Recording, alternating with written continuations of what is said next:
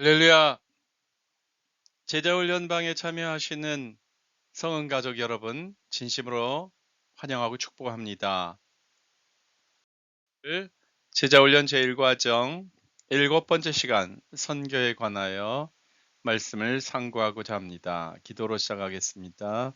거룩하신 하나님, 오늘 주님이 사랑하는 백성들이 주님 앞에 모여서 하나님이 주신 사명, 선교에 대하여 상고하고자 합니다.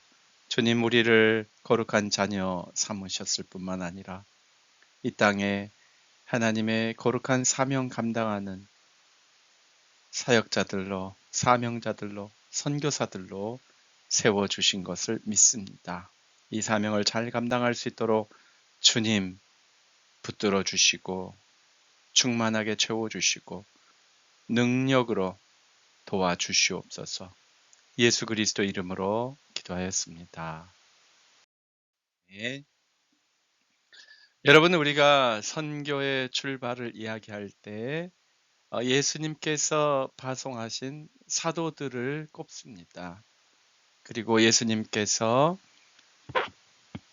마태복음 28장에서 너희는 가서 모든 족속으로 제자를 삼아라, 이 말씀, Great Commission, 대위임령 또는 대위탁령, 거기에서 선교의 시발점을 삼습니다.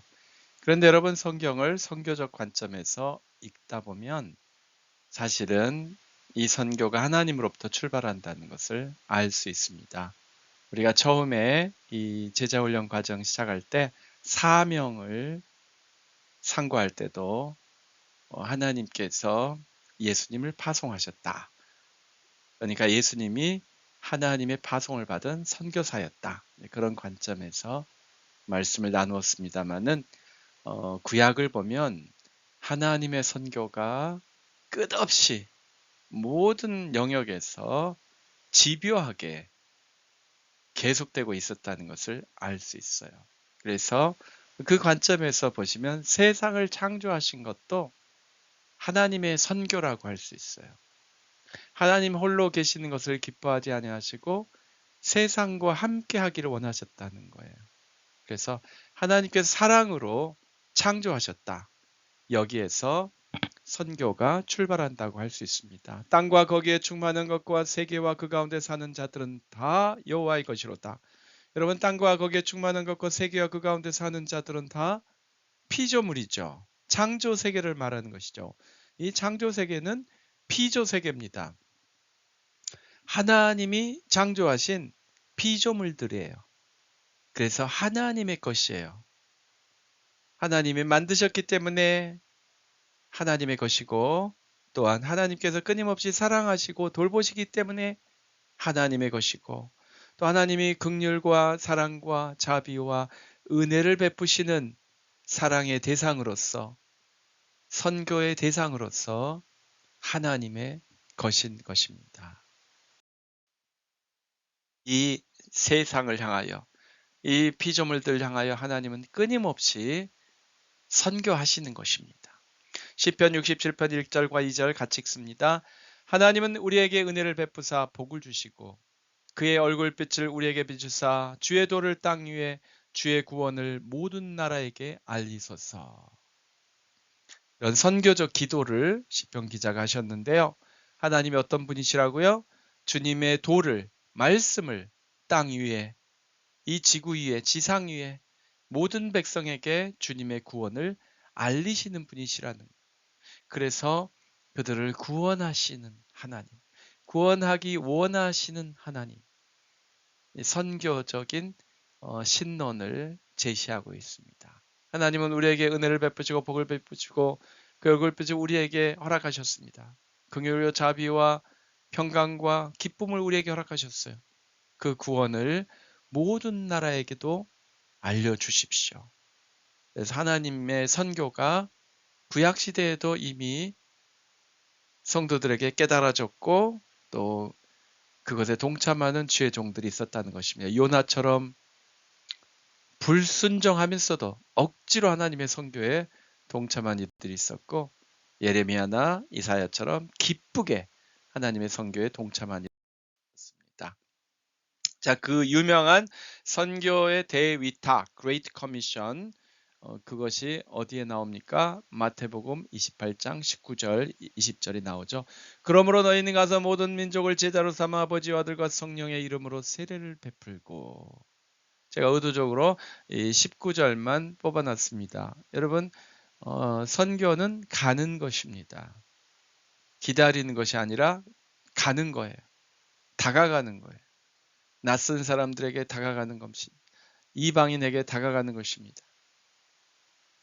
하나님을 대적하는 자들에게까지 다가가는 것입니다. 가서 그들을 제자로 삼는 거예요.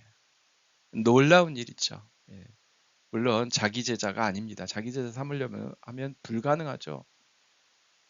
하지만 하나님의 말씀으로, 주님의 말씀으로, 성령의 능력으로, 아버지와 아들과 성령의 이름으로, 성부 성자 성령의 이름으로, 그 능력으로 나아갈 때 제자 삼을 수 있는 거예요. 그래서 선교는 가는 것이다. 그리고 이방인들에게, 낯선 사람에게 주님의 복음을 전하고 또 주님의 제자로 만드는 것이다. 이것은 Great Commission, 모든 신자들에게 주신 대위탁이라는 것입니다. 그런데 여러분, 이것의 근거를 18절에서 이야기하고 있어요. 예수님께서 뭐라고 하셨어요? 너희는 나가서 모든 민족을 제자로 삼아라. 그 근거가 무엇이라고요? 하늘과 땅의 모든 권세를 나에게 주셨다. 여러분 앞에서 시편 기자가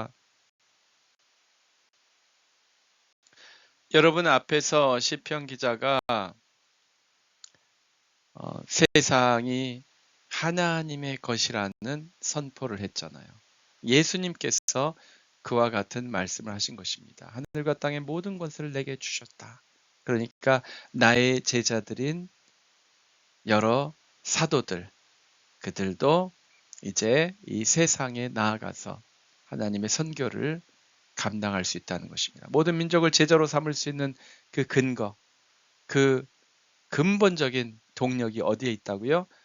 그 세상이 하나님의 것이었고 이제 예수님의 것이라는 것입니다. 하늘과 땅의 모든 권세가 예수님께 있다는 거예요. 그래서 여러분, 믿지 않는 사람들도, 믿지 않는 나라도, 심지어 복음을 방해하고 믿음의 사람들을 박해하는 그곳도 예수님의 것이라는 것입니다. 예수님께서 그 권세를 쥐고 계시다는 거예요. 그래서 우리는 선교하러 갈 수 있는 것입니다. 모든 족속이 예수님의 것이 되었기 때문에 예수님의 것을 클레임하러 가는 거예요. 예수님의 소유된 그 백성을 당연히 깨우쳐주고 예수님을 더 확실히 알 수 있도록 인도하러 간다는 것입니다. 그것이 선교입니다. 그래서 선교사는 세계관이 벌써 다른 거예요. 우리 성도들이 선교를 생각할 때 세계관이 달라야 돼요. 이 세상이 예수님의 것이다. 이 세상에 있는 모든 영혼이 예수님의 것이다. 예수님 아니면 제대로 된 참된 인생을 살 수 없다. 예수님 아니면 참된 인생의 목적을 실현할 수 없다. 이 생각을 가지고 가는 거예요. 아우, 내가 말 잘못해서 웃음거리가 되면 어떡하지? 내가 복음을 잘못 증거해가지고 예수님께서 웃음거리가 되면 어떡하지? 이런 생각 하실 필요가 없어요. 이미 그들은 예수님의 권위에 속한 자들이에요. 예수님의 권세에 속한 자들이에요. 그것을 모르는 것이지, 깨닫지 못할 뿐이지, 예수님께서 이미 그들에게 큰 관심을 가지시고 그들의 삶에 들어가기를 원하시고 그들을 변화시키기를 원하시고 그들에게 가장 좋은 선물을 주시기를 원하시는 거예요. 우리는 가서 살짝 입술만 열어서 살짝 가벼운 터치를 통해서 간단한 선행을 통해서 구제를 통해서 그것을 깨우쳐 주는 것입니다. 자, 선교의 대이탁 마가복음은 더 심플하지만 이렇게 강력하게 표현하고 있어요. 같이 읽읍시다. 마가복음 16장 15절. 또 이르시되 너희는 온 천하에 다니며 만민에게 복음을 전파하라. 믿습니까? 여러분, 만민에게 복음을 전파하기 위해서 지금 우리 곁에 만민이 와 있다. 이런 새로운 선교적으로 새로운 시대가 된 것은 우리가 인정합니다. 우리가 뉴욕, 뉴저지에 살잖아요. 엄청나게 많은 세계 아마 대부분 나라, 대부분 족속들이 이 뉴욕, 뉴저지에 와서 살고 있을 거예요. 쓰이는 언어도 다양하고 뭐 인종, 민족, 뭐 다양성을 헤아릴 수가 없습니다. 정확하게 파악도 되지 않는 그런 인종, 민족 집계도 있을 거예요. 그래서 이제는 온 천하에 가지 않아도 열방과 접촉할 수 있다. 이렇게 이제 선교학자들 또 목사님들이 많이 말씀하실 거예요.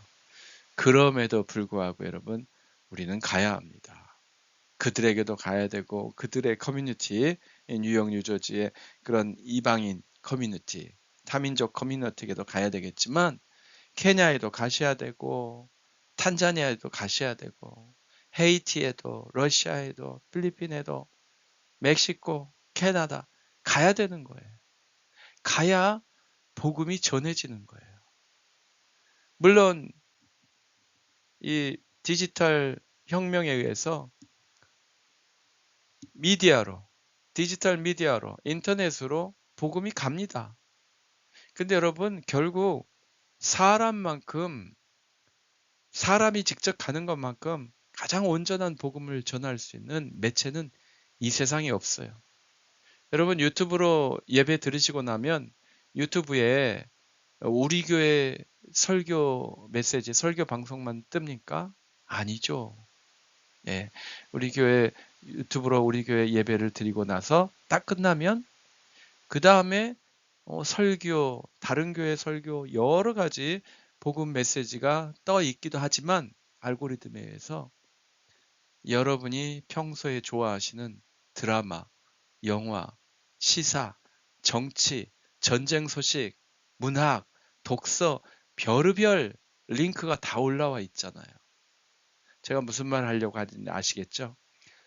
미디어를 통해서 복음이 전해져요. 하지만 결국 사람이 선택하는 것입니다. 사람이 그 미디어를 고르는 거예요. 예수 믿지 않는 사람이 미디어를 고를 때 복음 방송을 듣겠어요?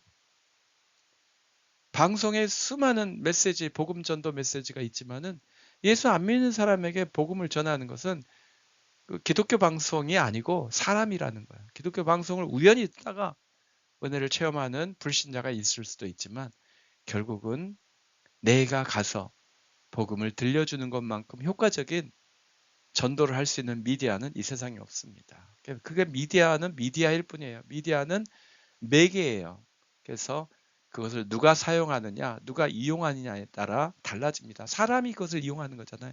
이용하는 사람, 그것을 전달하는 사람 다 미디어를 활용하는 건데 우리가 전달자가 되어서 그것을 가져다 주는 것이지 가만히 여기 있으면서 다가가지 않으면서 링크만 보낸다고 그게 큰 효과가 없습니다. 그래서 여러분 죄송하지만 카톡으로 너무 많이 동영상이나 사진 친구들 심지어 교인들에게 보내는 거 너무 많이 하지 마세요. 나중에는 효과가 떨어집니다. 예. 너무 많이 보내는 분의 것을 잘 안 볼 수가 있어요. 예. 직접 여러분이 입술로 간증하고 여러분이 입술로 전달하고 여러분의 삶으로 몸으로 전달하는 것만큼 효과적인 전도 매체는 없습니다. 여러분의 몸이, 여러분의 삶이, 여러분의 입술이 가장 강력한 전도의 매체, 선교의 툴이라는 것을 꼭 명심하시기 바랍니다. 그러려면 어떻게 해야 돼요? 가서 만나셔야 돼요. 예. 그래서 제가 왜 마가복음이 도전이라고 했냐면 온 천하에 다니라고 했잖아요. 온 천하에. 그래서 여러분 그 여행 좋아하시는 거 그거 복입니다. 은사입니다. 은사.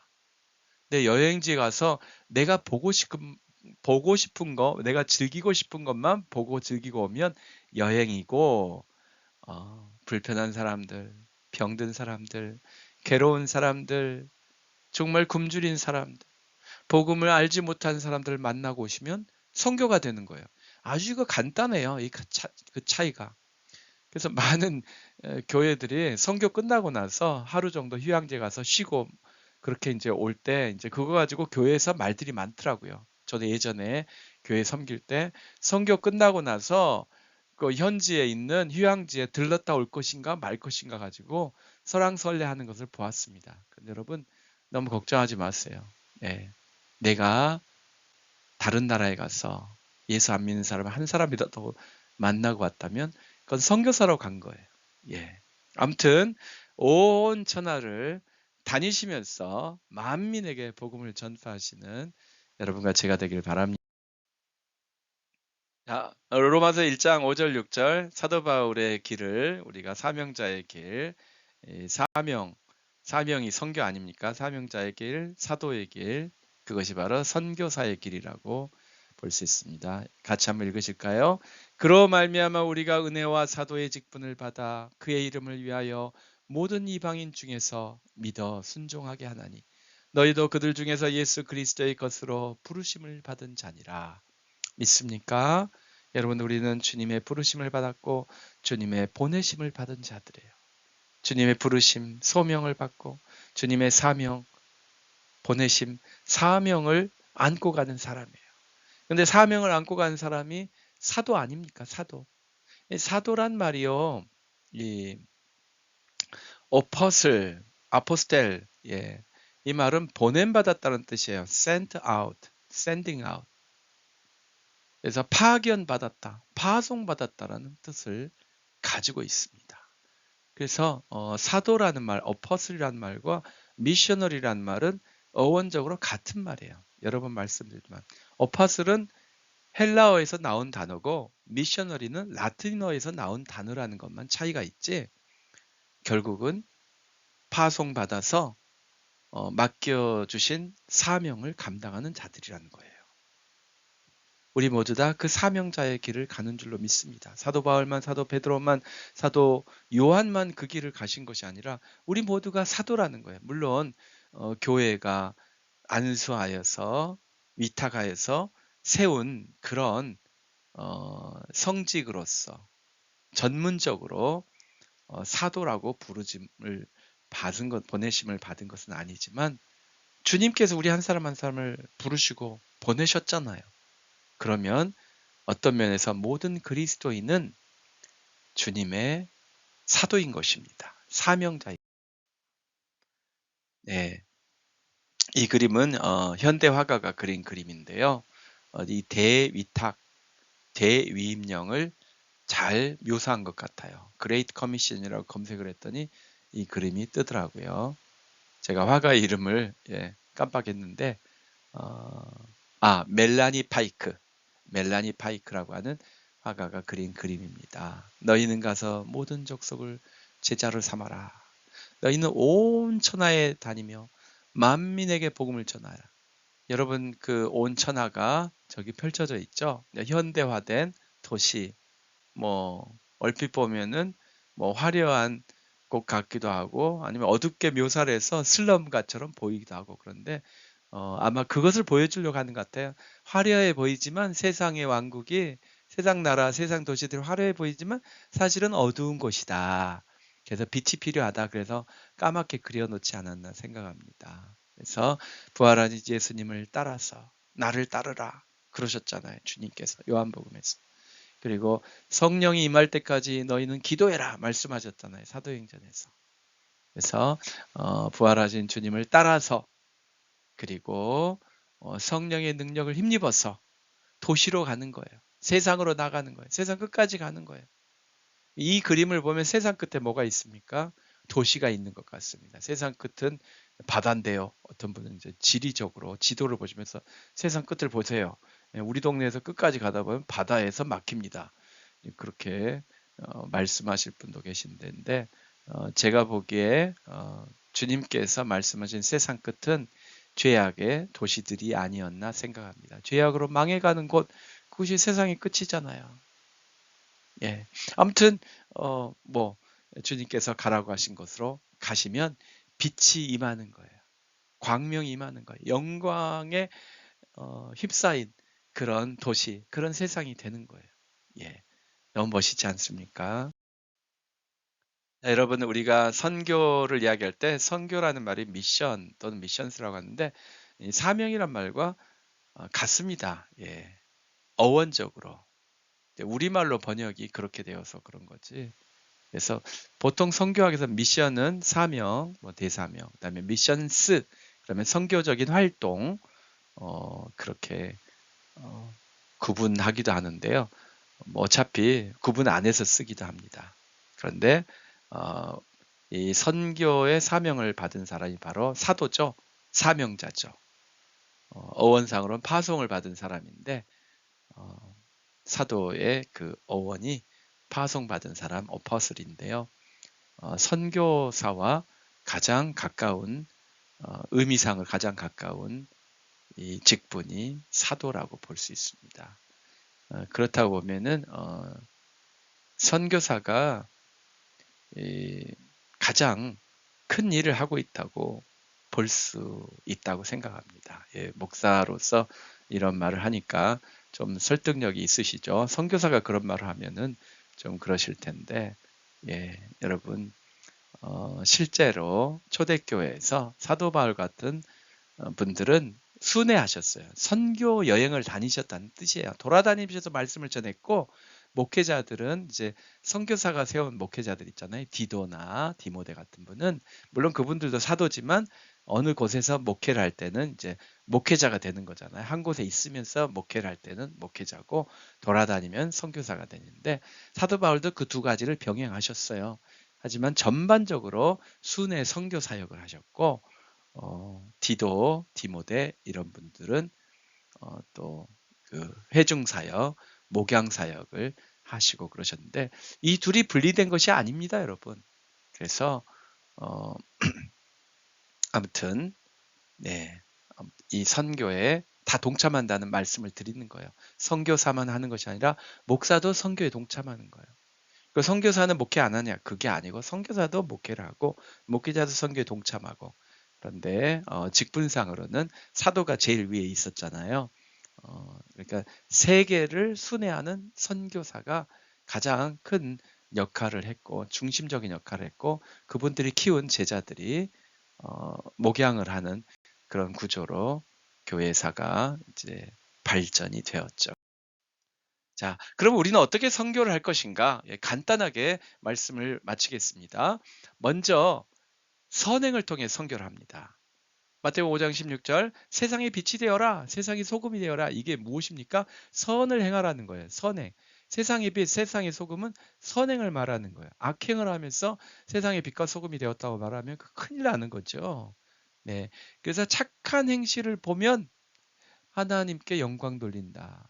착한 행실, 그리스도인들 착한 행실을 하면은 누구에게 하나님께 영광을 돌리게 된다는 거예요. 그것이 선교에 꼭 필요한 일입니다. 그래서 그것을 보는 사람들의 마음밭이 옥토가 되고 긍정적이 되고 개방적이 되고 복음에 대해서 문을 열게 되는 거예요. 마음문을 열게 되는 거예요. 그래서 선행을 하셔야 합니다. 좋은 일을 하셔야 합니다. 그리고 창세기 12장 3절은 누구에게 하신 말씀이에요? 아브라함에게 하신 말씀이죠. 그 오래전 아브라함, 이스라엘의 조당이라고 하는 아브라함과 이삭과 야곱 이분들도 선교적인 사명을 받은 분들이에요. 자, 3절 같이 읽읍시다. 1, 2, 3. 너를 축복한 자에겐 내가 복을 내리고 너를 저주한 자에겐 내가 저주하리니 땅의 모든 족속이 너로 말미암아 복을 얻을 것이라 하신지라. 아멘. 여러분 진짜 축복은 내 옆에 사람까지 복 받는 거예요. 여러분 진짜 좋은 친구들은 어떤 친구들이에요? 옆에 있는 친구를 행복하게 하는 친구들이에요. 이 친구들이 항상 서로를 행복하게 하지만 않는다는 것을 잘 아시죠? 친구 모임에 가보시면. 어떤 친구는 집에 와서 생각하게 만드는 친구가 있어. 오늘 한 말이 무슨 말일까? 오늘 한 농담이 정말 진담인지 농담인지 아니면 농담 반 진담 반인지 이런 생각을 하게 하는 친구가 있는가 하면 그 친구가 하는 말은 한마디 한마디 그 표정 하나하나가 참 따뜻하고 격려해주고 위로해주고 나를 진심으로 위하는구나. 이게 느껴지는 친구가 있잖아요. 예. 여러분은 어떤 친구라고 평을 받으십니까? 여러분의 옆에는 어떤 친구들이 있기를 원하십니까? 아브라함은 모든 족속에게 복을 베풀어 줄 수 있는, 복을 나눠줄 수 있는 축복을 유통하는 그런 축복을 받았습니다. 그러니까 이 스케일이 보통 다른 게 아니잖아요. 여러분 아브라함이 지금 나라가 있습니까? 민족이 있습니까? 땅이 있습니까? 아니면 큰 가문이 있습니까? 큰 군대가 있습니까? 재물이 많습니까? 나중엔 재물도 생기고 종도 많아지고 그랬지만 지금 창세기 12장 이때는 아무것도 없었어요. 예. 물론 이제 아내도 있고 뭐 있었습니다만은 뭐 자식이 없으면 그때는 아무것도 없는 거예요. 왜냐하면 자식이 죽으면 다 끝나버리잖아요. 모든 게 다 끝나버리고 남의 자기가 모았던 모든 것들, 자기가 쌓았던 모든 것들이 다 남의 것이 되잖아요. 그래서 아무것도 없는 거나 마찬가지예요. 그 사람에게 하나님이 뭐라고 하셨으면 자식도 없는 사람에게 모든 족속에게 복을 베푸는 자가 될 것이다. 이 정도 스케일을 가지신 하나님이 우리 하나님이십니다. 사랑하는 성도 여러분, 그래서 여러분 어떻게 선교하신다고요? 축복하셔야 돼요. 축복. 앞에서 어떤 친구가 되기를 원하냐고 제가 질문했잖아요. 축복하는 친구가 되시면 되죠. 축복하는 죠. 그래서 지금부터는 친구 만나시면 축복하세요. 여보게 이번 주에는 정말 행복한 일만 일어났으면 좋겠네. 이런 한마디 하시는 거예요. 쑥스럽지만. 예. 정 쑥스러우시면 우리 목사님이 그러라고 그랬어. 한번 들어봐. 당신 오늘부터 평생 좋은 일만 일어날 거야. 하나님이 정말 넘치도록 축복해 주실 거야. 이런 축복을 하고 오세요. 예. 얼마나 좋아하겠어요. 기독교 복음 메시지를 싫어하는 친구라도 축복해 준다는데 얼마나 좋습니까? 예. 네. 마지막으로 많이 있습니다만 이것만 하고 마치겠습니다. 여러분 선교는 어떻게 하는 거예요? 가르치는 거예요. 가르치고 지키게 하는 거예요. 예, 제가 처음에 선행을 해라, 그다음에 두 번째 축복을 해라. 그걸로 부족해요. 예, 복음 전도는 결국은 뭡니까, 여러분? 말로 해야 돼요, 입술로. 가르쳐야 돼요. 사람은 결국 언어에 의해서, 생각에 의해서, 입술에 의해서 대부분은 그 존재가 결정됩니다. 그래서 언어를 바꿔놓으셔야 돼요. 사고를 바꿔놓으셔야 돼요. 그러려면 가르치셔야 합니다. 쉬운 일이 아니에요. 가르친다는 것이. 물론 성경 말씀을 가지고 가르치시면 되는 거예요. 그런데 이 가르치는 게 이론만 가르치면 안 돼요. 그거는 신학교에서 얼마든지 할 수 있고 또 이론만 배우는 사람들 많습니다. 성경을 의무적으로 배우는 사람들 많잖아요. 영문학과 같은 데서는 영어 성경 읽으라고 막 하잖아요. 안 믿는 사람들이 영어 성경을 읽으라고 그래요. 셰익스피어를 이해하고 또 영문학을 이해하려면 성경을 읽어야 된다. 뭐 그렇게까지 가르치시니까. 네, 그런데 여러분 지식을 가르치는 것이 아니라 삶을 가르치는 거예요. 실천하게 만드는 거예요. 하나님을 사랑하라고 가르치고 하나님을 사랑하는 것을 보여주고 하나님을 사랑하는 것을 따라오게 하는 거예요. 그것이 선교인 것입니다. 볼지어다 내가 세상 끝날까지 너희와 항상 함께 있으리라. 그래서 여러분 선교의 가장 큰 힘은 주님이십니다.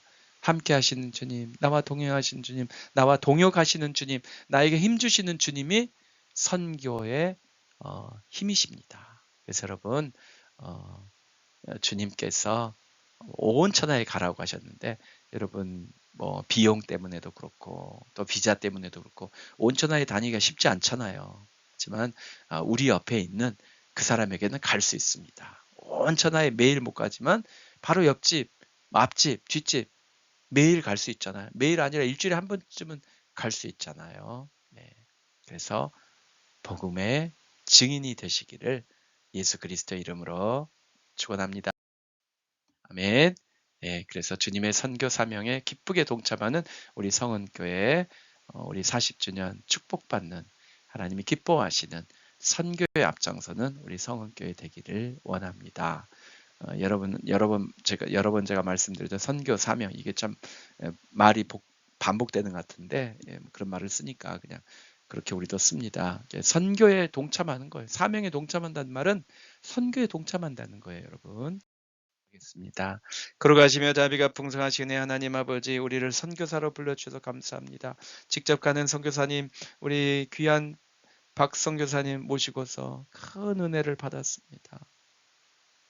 손가락을 쓸 수 없던 아이가 손가락을 쓸 수 있게 되고 죽어가던 동물이 다시 살아날 수 있고 하나님 정말 배를 고르면서 한 끼도 못 먹고 잠자리에 들어야 할 아이가 학교에서 나눠주는 선교사님을 통해서 받은 그 음식을 통해서 먹고 그래도 하나님 힘을 얻어서 집에 돌아갈 수 있고 학교에 나와서 즐겁게 공부할 수 있고 그래서 그 생각이 변하고 미래가 변할 수 있도록 하신 그 선교 사역 보고를 통해서 저희가 큰 감동과 은혜와 도전을 받았습니다. 주님, 우리도 그와 같은 변화를 일으키는 도구가 되게 하여 주시옵소서. 축복의 도구가 되게 하여 주시옵소서. 온 세상 모든 만민에게 다 다가갈 수는 없지만 주님, 내 주변에 살게 하신 이들, 내 주변에 다가오게 하신 이들에게 복음의 증인이 될 수 있도록 도와주시옵소서. 선한 행실을 통하여 축복의 언어를 통하여 말씀을 증거함으로 선교 사명 감당하는 우리 모든 성은 가족 되게 하여 주시옵소서. 감사드리며 우리 주님 예수 그리스도 이름으로 기도하였습니다. 아멘.